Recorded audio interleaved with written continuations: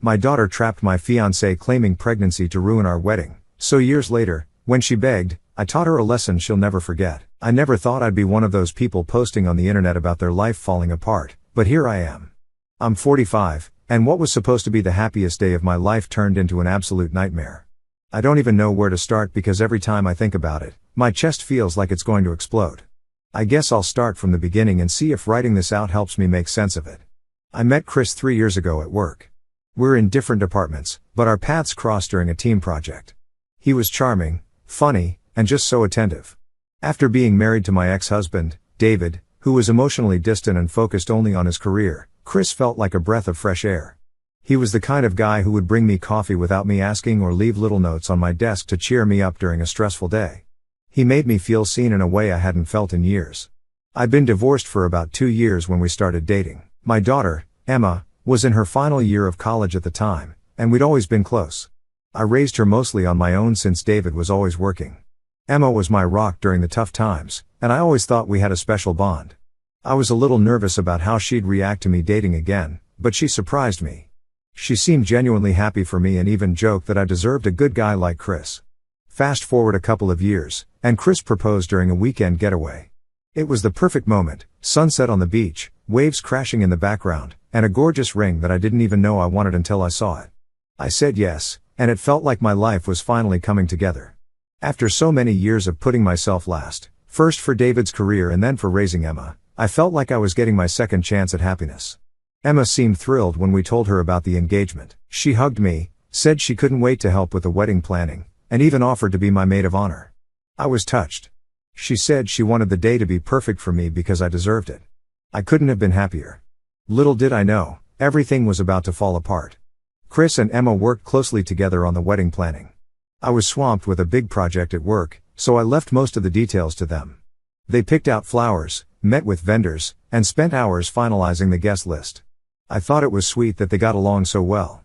Chris even gave Emma career advice since she was just starting out in marketing, and she seemed to look up to him. I never saw any red flags, not one. How blind could I have been? The day before the wedding, I was going over my vows at home when Emma showed up unannounced. She looked terrible, like she'd been crying for hours. My first thought was that she was overwhelmed with wedding stuff or maybe nervous about her speech. But no, it was so much worse. She sat me down on the couch and started sobbing. I tried to comfort her, but she pulled away and said, "Mom, I have to tell you something, and you're going to hate me." My stomach dropped. I don't know why, but I immediately knew it was bad, like life-altering bad. Then she said the words that shattered my entire world. "I'm pregnant, and it's Chris's baby." I froze. My brain just stopped working for a second. I thought I misheard her. I asked her to repeat what she said, and she did, word for word. Then she added that they'd been seeing each other for 4 months. 4 months. While I was planning my wedding, my daughter was sleeping with my fiancé. I couldn't process it. It felt like the room was spinning. I thought I was going to throw up. I called Chris right then and there and told him to come home immediately. I didn't say why, but I think he knew from the tone of my voice. He showed up 15 minutes later, and those 15 minutes were the longest of my life. Emma sat there sobbing, and I just stared out the window, feeling like my whole world was collapsing. When Chris walked in and saw Emma crying, the first thing he said was, "You told her?" Just like that, no denial, no shock, just a calm acknowledgement, like they were discussing a change in plans. That's when I lost it. I started screaming at him, asking how he could do this to me, how long it had been going on, and whether he ever really loved me or if I was just a way to get close to Emma. He just stood there, looking guilty and pathetic. Chris tried to explain, saying he hadn't planned for this to happen, like that made it any better. He said he loved me when he proposed, but spending time with Emma made him realize he had feelings for her too. He claimed they'd tried to fight their feelings but couldn't help falling in love. Emma just kept crying and saying she was sorry. Sorry doesn't even begin to cover the damage they did. I threw them both out of my house that night. I didn't care where they went. I couldn't stand to look at either of them. After they left, I broke down. I called Lisa, my best friend, who came over immediately. She stayed with me for days, helping me cancel the wedding and deal with the logistics. I couldn't even bring myself to explain the real reason to most people. I just told them that Chris and I realized we weren't right for each other. The worst part was the memories. Every little detail of the wedding planning was tainted. The flowers, the venue, the dress. I couldn't look at any of it without feeling sick. I burned my wedding dress in the backyard the night after they left. It sounds dramatic, but it felt cathartic, like I was purging their betrayal from my life. I haven't spoken to either of them since that day. I blocked their numbers and deleted them from all my social media. I couldn't deal with the reminders. Emma was my daughter, my flesh and blood.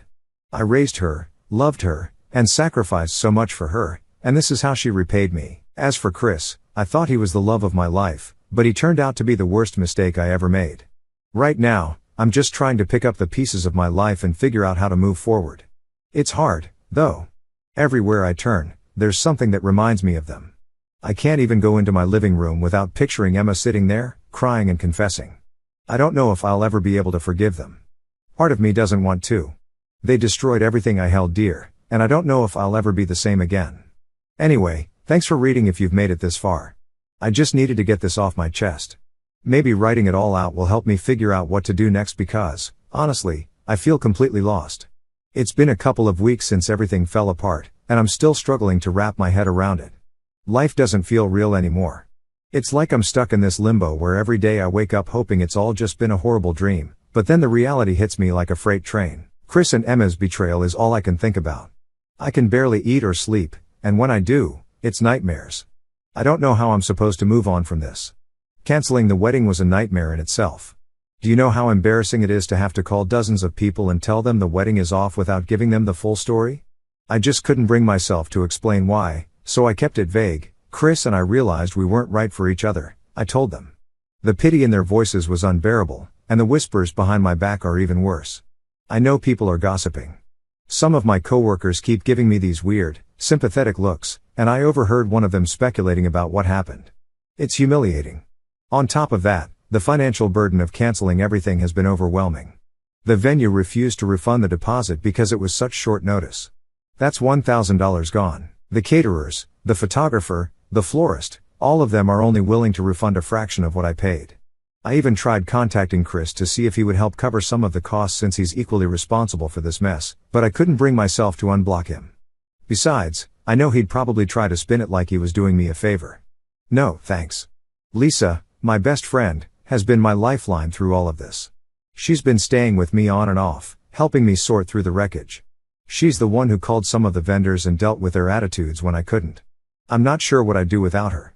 Every time I feel like I'm about to collapse, she reminds me that I'm stronger than this. But even with her support, I feel like a shell of who I used to be. The worst part is how empty the house feels.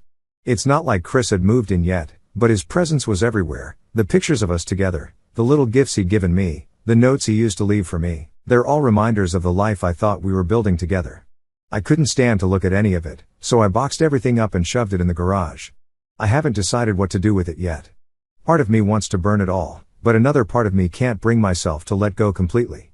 Maybe I'm still clinging to the idea of who I thought he was. As for Emma, I've completely cut her off. I blocked her number, her social media, everything. I know some people would say, but she's your daughter, and trust me, I've thought about that a lot. But the level of betrayal, I just can't. She wasn't some naive teenager who made a mistake. She's a grown woman who knew exactly what she was doing. She looked me in the eye every single day, knowing she was sleeping with the man I was going to marry. That kind of betrayal isn't something you can just forgive and forget. Emma's tried to contact me, though. She's left voicemails, sent emails, even showed up at my door once. I didn't answer. I couldn't. The last thing she said before I slammed the door was, "Mom, I need you." Need me? After what she did? It's almost laughable. She didn't need me when she was sneaking around with Chris. She didn't need me when she was destroying my life. Now, because her world is falling apart, I'm supposed to drop everything and help her? I don't think so. And then there's the baby shower invitation. Oh, that was the cherry on top of this whole disaster. It was from Sarah, Chris's sister. She was supposed to be one of my bridesmaids, so when I saw the pink envelope with her handwriting, I thought maybe it was some sort of apology or kind words. Nope. It was an invitation to a baby shower for Emma. The audacity to invite me, calling me the grandmother-to-be, made my blood boil. The nerve of these people to think I'd want to celebrate the product of their betrayal. I called Sarah immediately. I wasn't going to let this slide. I asked her if she had lost her mind. She just kept saying things like, "But it's your grandchild, and family should stick together." Family? The word feels meaningless now. How is it sticking together when two people I trusted the most ripped my life apart? She even had the nerve to say, "True love doesn't follow rules." At that point, I just hung up. There was no reasoning with her.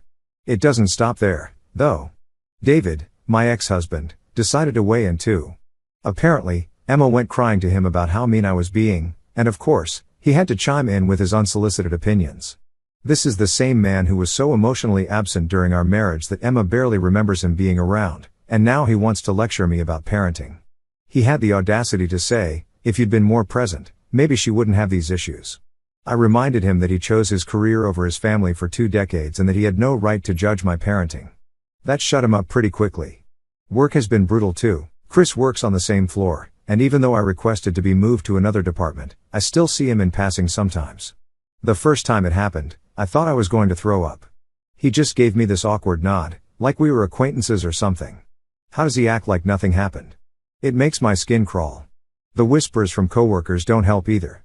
Everyone knows something happened, they just don't know what. I can feel the judgment every time I walk into the break room. I've been trying to focus on work to distract myself, but it's hard. My concentration is shot, and I find myself zoning out constantly. I've even started taking walks during my lunch break just to avoid running into Chris or anyone else who might ask questions. The solitude helps a little, but it's not enough to keep the intrusive thoughts at bay. Right now, I don't know what the future holds. I've thought about moving, selling the house, and starting fresh somewhere new, but I've lived here for so long that the thought of leaving feels overwhelming. Plus, it's not just the house, it's the memories. This was supposed to be the place where I started my new life with Chris. Instead, it's just a constant reminder of what I've lost. Every day feels like a battle to get through. I know people say time heals all wounds, but this feels like it's going to leave a scar that will never fully fade. I don't know if I'll ever be able to trust anyone again. How could I, after being betrayed by the 2 people I thought I could count on the most? For now, I'm just trying to take it one day at a time. It's all I can do. It's been a few months since everything happened, and I thought I had hit rock bottom. Turns out, I was wrong. I'm back here because the situation has somehow gotten even more insane. Just when I thought I had all the answers, the universe decided to throw me another curveball. This time, it came in the form of a random message from someone named Rachel. I didn't recognize her name at first, but she introduced herself as Emma's friend from college. She said she had something important to tell me about Emma and Chris, and while I was hesitant to even respond, something in her message seemed urgent. We agreed to meet for coffee, and I honestly didn't know what to expect. Was this someone looking to stir the pot, or was it legit? Rachel looked nervous when we sat down, and her first words were, "I've been debating whether to tell you this for months." My heart started racing because, after everything I've been through, I didn't think I could handle more drama. But what she told me completely blindsided me. Rachel revealed that Emma had been dating someone else, Alex, before she started seeing Chris. Apparently, they had been together for about 6 months, and Emma suspected she was pregnant with Alex's baby even before Chris was in the picture. My stomach dropped. Rachel then showed me screenshots of text conversations between her and Emma. In those messages, Emma admitted that she'd calculated the dates and knew the baby couldn't possibly be Chris's, but instead of coming clean, she saw an opportunity. Emma told Rachel she had started feeling something for Chris during the wedding planning and thought he would be a better provider than Alex, who was struggling with his career. She confessed to deliberately getting closer to Chris, knowing he was attracted to her. Reading those messages made me feel like I was in an alternate universe. My daughter, who I thought was naive and caught up in a mistake, had actually calculated every step of this betrayal. It got worse. Emma had apparently used the pregnancy as a way to secure Chris, thinking he'd leave me for her and they'd build this perfect little family together. She never intended for me to find out before the wedding. Her plan was to keep up the facade until she could announce the pregnancy as Chris's after the fact. But when the guilt became too much for her to bear, she confessed, likely because the timing of the baby would eventually expose her lie. After hearing all of this, I didn't know whether to laugh, cry, or scream. Rachel seemed genuinely torn about telling me, but she said she felt like I deserved to know the truth. She had debated telling Chris herself but was worried about the backlash. I thanked her for coming forward and left the cafe feeling completely numb. I didn't even know how to process this new information. All this time, I'd been blaming myself for being blind, for not seeing the signs. Now I realized I wasn't just dealing with betrayal, I was dealing with manipulation on a level I never thought Emma was capable of. That night, I made a decision. I created an anonymous email account and sent the screenshots to Chris. I didn't include any explanation or message, just the evidence. I didn't care how he reacted. He deserved to know the truth. If he wanted to continue his life with Emma after learning about her lies, that was on him. 2 days later, Emma showed up at my door. She looked like she hadn't slept in days. Her hair was a mess, her eyes were swollen, and she was visibly shaking. She asked if she could come in, but I stood in the doorway, blocking her. She started crying immediately and said, "Chris knows everything. Did you tell him?" I didn't answer, but the look on her face told me she already knew the answer. She said Chris had confronted her about the baby's paternity and demanded a DNA test. When she refused to take one immediately, he packed his things and left their apartment. Apparently, he's staying with a friend now and won't even talk to her until the test is done. Emma kept saying she never wanted things to get this messy, that she really loved Chris and wanted to build a life with him. I could barely stand to listen to her. I asked her if she remembered the day she told me about her affair. I reminded her how she had stood in that exact same spot, crying and begging for forgiveness. I told her that she had destroyed my life and that karma had finally caught up with her. She tried to defend herself, saying she was scared and confused and didn't know what to do, but to me, those are just excuses. She had plenty of chances to come clean, and she chose to lie instead. Before she left, she asked if I could forgive her. She even tried to guilt me by saying, "I just want my mom back." I told her I wasn't ready to forgive her, and honestly, I didn't know if I ever would be. She left in tears, and for a moment, I felt a pang of guilt. But then I remembered everything she'd done, and that guilt disappeared. Later that week, I heard from Sarah, Chris's sister. She's usually so self-righteous, but this time she actually sounded worried. She told me that Chris had been drinking heavily since finding out the truth. Apparently, he's been spiraling, questioning everything about the relationship. She said he's not even sure if he wants to be involved with the baby, assuming it turns out to be his. I didn't know what to say. Part of me felt vindicated, but another part of me just felt sad. This entire situation is so messed up, and everyone involved is suffering because of Emma's lies. As for the paternity test, it's supposed to happen in the next few weeks. I'm not sure what the outcome will be, but at this point, I almost don't care whether the baby is Chris's or Alex's. It doesn't change the fact that Emma and Chris betrayed me in the worst possible way. Even if the baby isn't Chris's, I don't think I'll ever be able to look at my daughter the same way again. Right now, I'm just trying to take things day by day. Some days are better than others, but the weight of everything still hangs over me. I've started going to therapy, which has helped a little, but there's no quick fix for this kind of pain. Every time I think I've turned a corner, something new comes up and pulls me back into the mess. I don't know what's going to happen next. Maybe Chris will walk away for good, or maybe he'll stick around for the baby. Maybe Emma will finally take responsibility for her actions, or maybe she'll keep trying to justify them. All I know is that I need to keep my distance. I've spent too much time and energy on their chaos, and I need to focus on myself for once. If I thought I had reached my limit before, the last few weeks have shown me otherwise. It feels like every time I start to put one piece of my life back together, another part falls apart. After Chris demanded the paternity test, things between him and Emma completely unraveled, and of course, the fallout somehow landed back at my feet. It's like I'm stuck cleaning up a mess I didn't make. The paternity test confirmed what Rachel's screenshots suggested. Chris is not the father. The baby is Alex's. I wish I could say I was surprised, but honestly, at this point, nothing shocks me anymore. What did catch me off guard was how quickly everything fell apart for both Chris and Emma after the results came in. Chris completely broke down when he got the news. I didn't hear this from him directly, of course. I've kept him blocked and have no intention of ever speaking to him again, but Sarah, his sister, reached out to me again to share her concerns. She told me Chris left their apartment the same day he got the results and moved in with a mutual friend. Apparently, he's been drinking heavily and spiraling into depression. According to her, he started blaming himself for being blinded by love and is questioning every decision he's ever made. While part of me thinks he deserves to feel the consequences of his actions, another part of me feels a twinge of pity. He's finally experiencing a fraction of the betrayal and devastation I've been living with for months. As for Emma, the fallout has been even harsher. The paternity results set off a chain reaction in her life. Alex, the baby's biological father, was furious when he found out she had tried to pass off his child as someone else's. He demanded another DNA test to confirm the results, which only further humiliated Emma. From what I've heard, again through Rachel and mutual acquaintances, Alex has completely cut her off.